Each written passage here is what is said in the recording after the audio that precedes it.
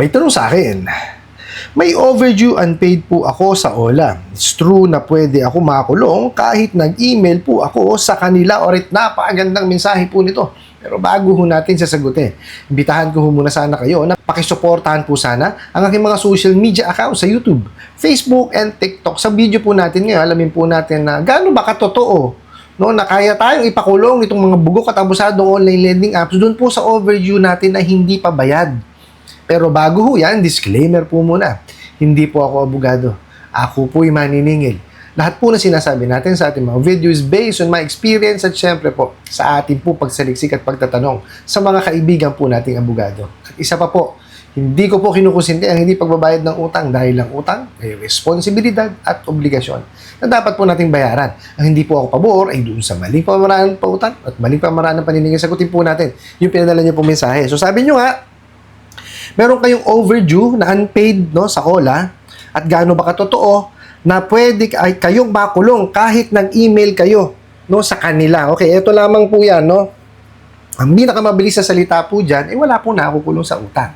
Bakit po? Kasi po, dun po sa 1987 Philippine Constitution po, sa Article 3, Section 20, nakasaad po doon na no person shall be imprisoned for non-payment of debt.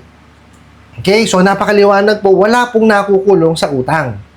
But, may but yan. It doesn't mean po na mangungutang tayo, hindi natin babayaran. Hindi po. Okay? Kasi, meron naman tayong civil liability. Ibig sabihin po, pwede ho tayong sampahan ng kasong small claims pagka po tayo hindi nakabayad sa utang. Okay, yun po naman yung po pwedeng sa atin. Now, let's say, talagang, kumbaga, niloko natin. Okay? Kumbaga, may halong panluloko at panlilin lang, which is estafa. Okay? Ito po kasi mga bugok at abusadong online lending apps. Pag hindi po tayo nakabayad sa kanila, ang lagi sinasabi sa atin is, didemanda kita ng estafa. Okay? Makukulong ka. Okay? Hindi ho ganun. Kasi po, hindi ho ibig sabihin na hindi kayo nakabayad, estafa na kagad, hindi po. Ang pinaparusahan po sa kasong estafa is yung pong panloloko at panlilin lang. Okay? Kaya ho itong mga bugok at abusadong online lending apps, hindi nyo ho dapat masyadong pinaniniwalaan. Yung kanilang mga sinasabi, lalo kung tungkol sa batas. Kasi yung walang alam sa batas yung mga bugok na yan. Para ho mas mas maging kampante. Kung meron ho kayong pinapasukan at may abogado, magtanong ho kayo sa kanila. Okay? Kung may kung meron kayo extra na pera, pumunta ho tayo sa sa notary public. Okay? O di kaya sa mga private lawyers. Kung wala pa rin talaga tayong doon po tayo punta sa PAW. Kahit paano makapagtanong ho tayo kung ano ba yung mga dapat nating gawin. Okay po? Pero ito ho sasabihin ko sa inyo. Ito kasing mga bugok na to, kahit kausapin nyo ho ng kausapin na yan, wala na, sarado na ho isip niya mga yan. Ang alam lang ho talaga ng mga bugok na yan is mangharas, mangwalangya. Sirain ho ang ating isipan. Okay? Kasi po, ang gusto niyang mga yan is makulta isip natin. Okay? Para ho tayo gumawa ng mga hakbang na hindi dapat natin ginagawa. Ano ba yun? O di mapunta tayo doon sa mga tapal system. Yan ang mga gustong-gusto niyan. Kasi mababaw kayo sa utang doon. Biruin nyo tingnan nyo Marami ho nagsasabi, marami daw ho nanunuba sa mga OLA. Yung kumbaga, hindi nagbabayad. Hindi ho ganun. Biruin nyo sa kagustuhan magbayad, napupunta po sa tapal system na babaon. Di ba? Kasi gusto magbayad yan, ginagawa ho nung iba. Di ba? Itong mga bugok na to, tinatrap. Dito, mangutang ka dito. I-apply ka namin sa mga sa mga kapatid namin, mga OLA din. Ganun ang ginagawa. Biruin nyo po, yung isang OLA na hirapan na po tayong bayaran. Di ba? Tapos manghihiram na naman tayo doon binabaon lang ho natin yung sarili natin sa kumunoy. Di po ba? Kasi po, tingnan nyo Yung isa na nahiram po ninyo, okay, babayaran nyo ngayon yan, ilan ang katumbas? 3. Hindi nyo naman ho ka na yan pwedeng bayaran niya na isang OLA lang Hindi po. Kasi definitely dito, ang sa'yo, ang turing sa'yo dito, bago ka pa lang. So, pautangin ka niyan, yung pinaka-minimum nila. Diba? So, ilang OLA ang kailangan mo, diba? 3, para mabayaran yung isa. Instead na isa lang ang problema mo, naging 3. Di po ba? O, kagaya ng sinasabi nyo dito, di ba? Nag-email naman kayo, nakipag-communicate. Di po ba? Ang mahirap po kasi sa mga yan, mag-email kayo ngayon, mamaya-maya mag-email, iba ho yung, iba yung topic. Hindi ho sasagutin yung email po ninyo. Diba? Kasi wala ho silang yung official na email talaga. Kalimitan ho dyan sa mga bugo katabusadong online lending apps, especially po, yung mga illegal, wala ho official na email yan. Puro, tingnan nyo, puro personal email po ang ginagamit. Okay, kasi para malaman nyo po official email yan, may domain name. Okay, doon sa email address. Like for example, ako po si Boss Rai, di ba? Let's say, ang kumpanya is Boss Rai. Oh. Let's say, collection at bossrai.com.ph. Oh, di ba? Yun po yung domain name. Para ma-identify nyo na yung email na yun, galing talaga doon sa sa OLA po ninyo. Wala sila nun. Di po ba? Email nyo ngayon, mamaya-maya mag-email nyo, pero iba topic. Oh, pangaharas pa. Even sa SMS po. Totoo yan, SMS nyo ngayon, di ba? Sabihin nyo, hindi pa ako makakabayad, bukas pa po. Mamaya, meron na namang SMS yun. Ibang pananakot na naman. Di ba? Sa sobrang dami ko kasi talaga nilang number na ginagamit po nila. Although, naman po yan, marami na, even banks, marami ginagamit na numbers.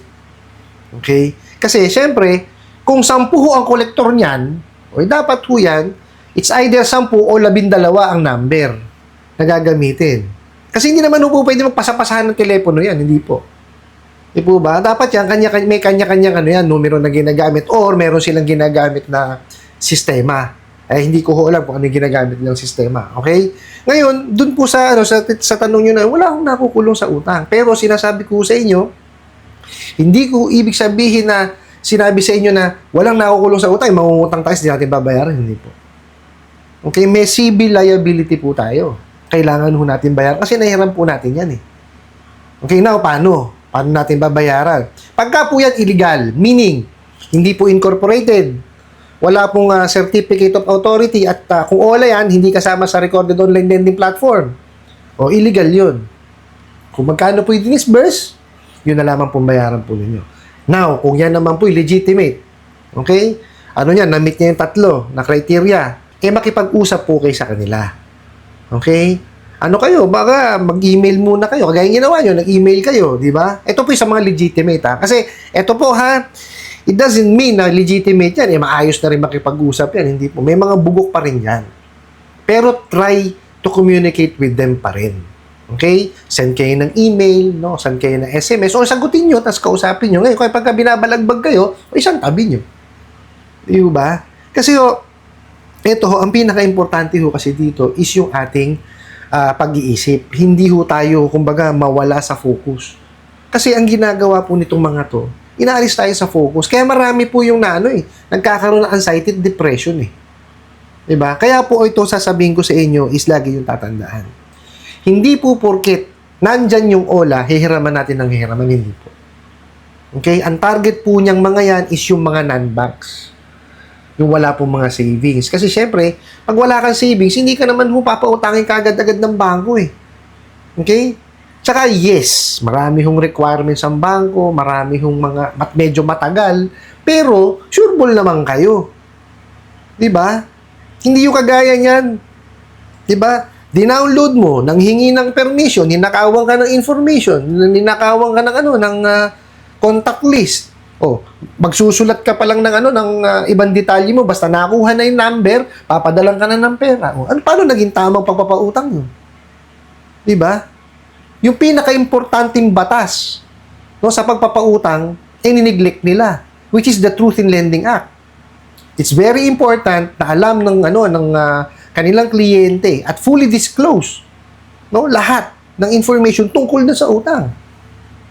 Ultimo interest, kano yung processing fee, magkano yung matatanggap, gaano kahaba yung termino, okay? Kailan ang first due date, kailan ang last due date, okay? May mga penalties ba yan, may mga lahat po dapat yun. Well-informed yung kanilang kliyente. Para mapaghandaan, hindi po pwede yan na inano ko pala, nag-a-apply ka pala, papadalang ka na ng pera. Yun po ang maling pamamaraan po ng pagpapautang. Kaya marami pong nababaon sa ating mga kababayan dahil dyan. Kaya po, ang payo ko sa inyo, bago kayo mag-apply dyan sa mga yan, gamitan nyo po muna ng due diligence. Check nyo yung yung kung legitimate ba yan. Kung legitimate, yung extra due diligence naman. O i-check nyo yung apps nila. May mga rating doon, tsaka mga comments. Then, basahin nyo po yung yung privacy policy. Basahin nyo po yung terms and condition. Diba? Tapos, manood kayo doon sa mga kaibigan po natin na mga gumagawa po ng ng content tungkol po dyan sa mga OLA na yan. Pero yun ginagamit po nila yung kanilang sarili para maging guinea pig. O, yan po sila ka Johnny, janitor. O, sila Ate Red, sila Mami Yam, tsaka sila Pat Quinto. O, yan po, ginagamit po nila yung sarili nila, no, para masubukan yung OLA. O, sabi nga sa'yo, ginagamit po nilang guinea pig yung sa kanilang sarili para po matest kung talagang legitimate ba yung OLA na a-applyan po ninyo. No? Alamin po niyo sa kanila. And not only doon sa kanila, ha, kagaya yung sinabi ko sa inyo, due diligence, extra due diligence, tas manood ho kayo ng mga mga content po ng mga sinabi ko sa inyo, mga kaibigan po natin. No? Sa kanila po kasi ako po, hindi ako po pwedeng mag-rate dahil nagtatrabaho po ako sa lending. Okay? It's unethical on my part na sabihin na, hindi pwede to, di ba? Sila ho po pwede yun eh. Okay po? Doon po sa nagpadala ng mensahe na to, yun ho ulitin ko. Wala hong nakukulong sa utang. Pero it doesn't mean na mangungutang kayo tapos hindi nyo babayaran. Kasi meron ho tayong civil liability. Ano po? I hope nasagot ko po itong katanungan na to at sana po'y makatulong. Maraming salamat po sa inyong walang sawang pagsuporta at panonood sa aking mga video. Maraming salamat po sa inyong pag-like, pag-share, pag-comment at pagtatanong. And kunin ko na rin po itong opportunity na to na imbitahan po sana kayo na pakisuportahan po sana ang aking mga social media account sa YouTube, Facebook, and TikTok. Hanggang sa muli po. Yun lang.